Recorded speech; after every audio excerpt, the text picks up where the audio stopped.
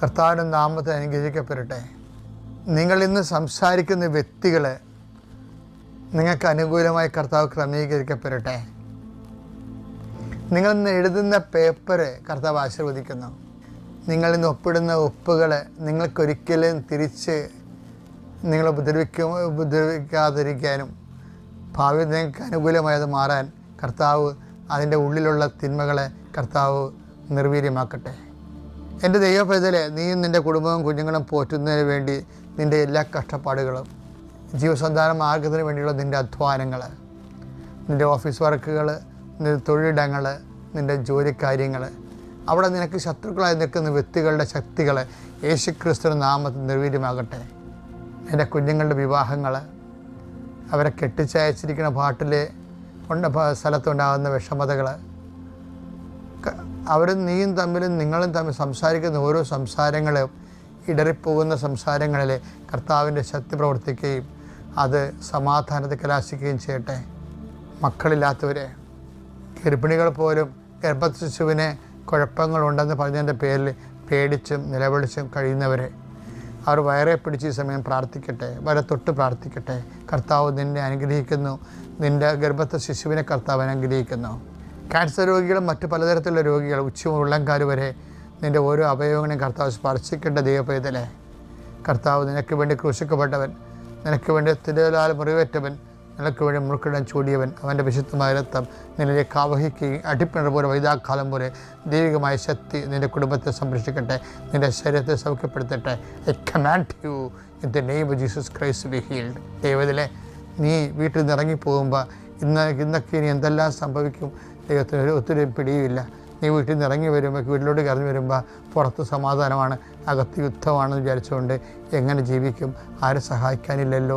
ആരെ സഹായിക്കേണ്ടവർ പോലും അവർക്ക് ഒത്തുവഴികളെപ്പോലെ എനിക്കെതിരെ നിൽക്കുന്നല്ലോ എൻ്റെ ദൈവമേ എന്ന് വിചാരിച്ചുകൊണ്ട് മനസ്സ് പതറുന്ന നിന്നെ ഇപ്പോൾ കർത്താവിൻ്റെ നാമത്തെ ആസ്വദിക്കുന്നു.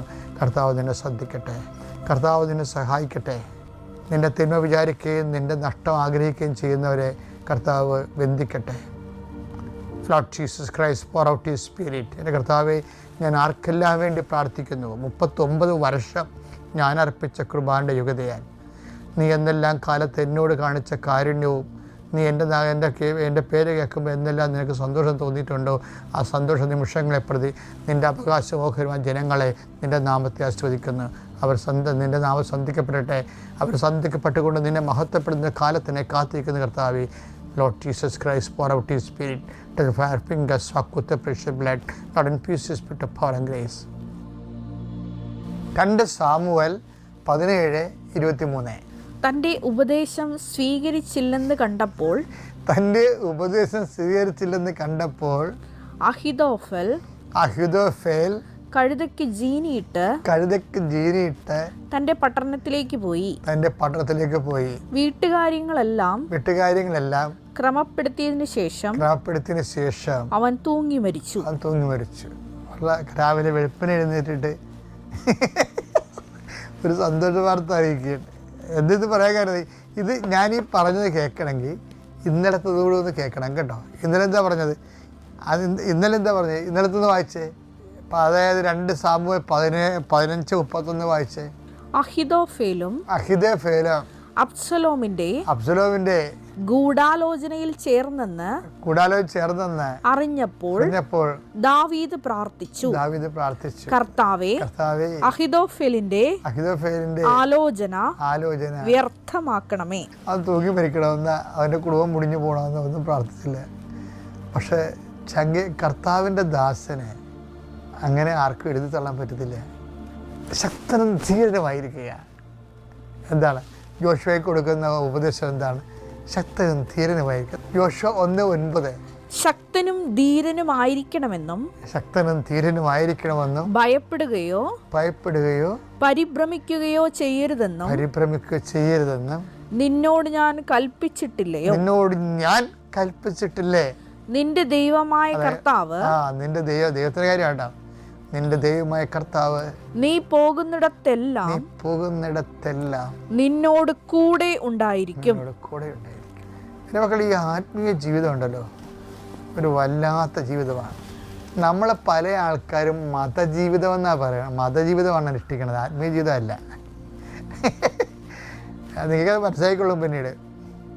പല ആൾക്കാരും ആത്മീയ ജീവിതം എന്ന് പറയുന്നത് മതജീവിതവും ജാതി ജീവിതവുമാണ്. കേരളത്തിലാണ് ഏറ്റവും കൂടുതൽ മതജീവിതവും ജാതി ജീവിതവും ജീവിക്കുന്നവരുള്ളവർ. They are not actually leading the spiritual life, especially biblical spirituality. Biblical spirituality എന്ന് പറയുന്നത് ദൈവത്തിൻ്റെ വചനങ്ങളെ അടിസ്ഥാനപ്പെടുത്തിക്കൊണ്ടുള്ള ഒരു നിലപാടും നയവുമാണ്.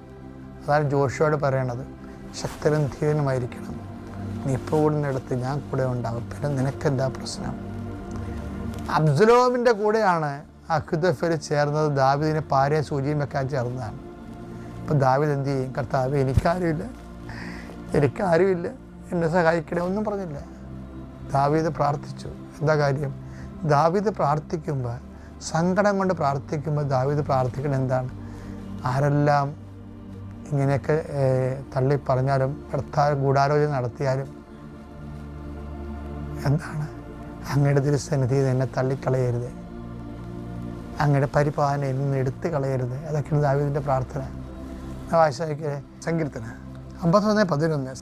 അങ്ങയുടെ സന്നിധിയിൽ നിന്ന് അങ്ങ് ശപിക്കപ്പെട്ടതുപോലെയാണ്. നിൻ്റെ കുടുംബത്തിൽ നിന്ന് ഇനി വാള് നീങ്ങിപ്പോകത്തില്ലെന്നൊക്കെ ഇപ്പം ശപിച്ചതാ. വാള് നീങ്ങിപ്പോകത്തില്ലെന്നൊക്കെ ഇപ്പം ശപിക്കാം, വാള് നീങ്ങത്തുമില്ല. പക്ഷേ വേറെ ഒരുത്തൻ വന്ന് അവൻ്റെ കൈ ചൂണ്ടിയാൽ, അഹീഥോഫെൽ ചെറിയൊരു ടേസ്റ്റ് നോക്കിയതാ, ഇവൻ ശപിക്കപ്പെട്ടവനാണ്, നാഥാൻ ഇവനെക്കുറിച്ച് ഇങ്ങനെയാണ് പറഞ്ഞിരിക്കണത് എന്നൊക്കെ പറഞ്ഞുകൊണ്ട് അബ്സലോമിൻ്റെ കൂടെ കൂടിയതാണ്. പക്ഷെ എന്നാ പറ്റി?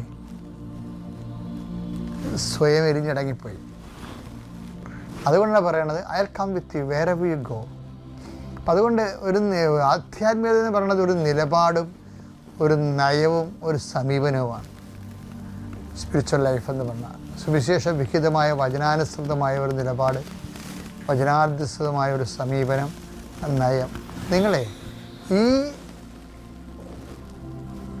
നാഷണൽ ഹൈവേ, ആത്മീയമായ ദേശീയപാതയിൽ നിന്ന് എന്നെ തള്ളിക്കളയരുതേ എന്നാണ് ദാവീദ് പ്രാർത്ഥിക്കുന്നത്. വചനാധിഷ്ഠിതമായ നയം എന്താണ്? ആ സമയത്ത് പ്രാർത്ഥിച്ചു, അത്രയേ ഉള്ളൂ. ദാവീദിൻ്റെ എപ്പോഴും അങ്ങനെ, അവന് ചങ്ക് പൊടിഞ്ഞു കഴിഞ്ഞാൽ ആളുടനെ പ്രെയർ ചെയ്യും, ചിലപ്പോൾ മണിക്കൂറോളം ചെയ്യും. കൊച്ച് മരിച്ച ബേർഷീബാക്ക് കേസ്, ആ കൊച്ച്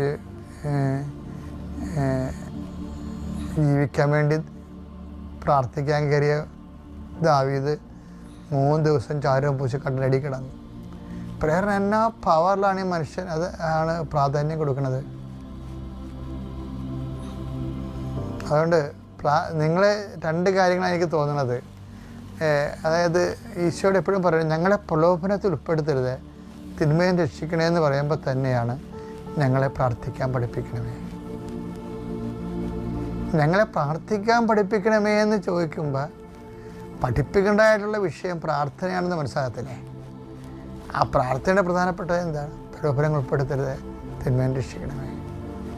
അറിഞ്ഞ് പ്രാർത്ഥിച്ചാൽ അതാണ് ആസ്തി ഭദ്രത.